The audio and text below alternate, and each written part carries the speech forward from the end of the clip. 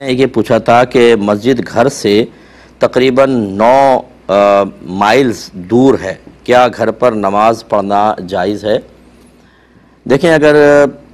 ये फासले का नहीं होता, बस इतना होता है कि आपको मस्जिद तक जमात के लिए पहुंचने में और फिर वापस आने में शदीद हरज और तंगी ना हो।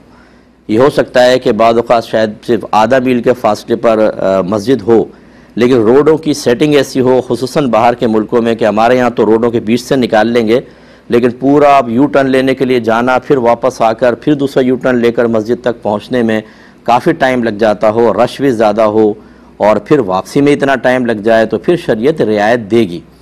और अगर फ़र्ज़ कर लें स्ट्रेट रोड है और आप तेज़ रफ्तारी से चलाएँ, बिल्कुल खाली रोड होता है और आप इजीली मस्जिद तक जल्दी पहुंच सकते हैं, तो फिर जमात से पढ़ना ही ज़रूरी करार दिया जाएगा। तो बस ये देख लें कि वहाँ पहुँचने में आपको और फिर वापस आने में शदीद हरज और तंगी का सामना करना पड़ता है कि नहीं। अगर करना पड़ता है तो फिर आपके लिए जमात का तर्क करना जायज़ है और आप घर पे नमाज़ पढ़ सकते हैं।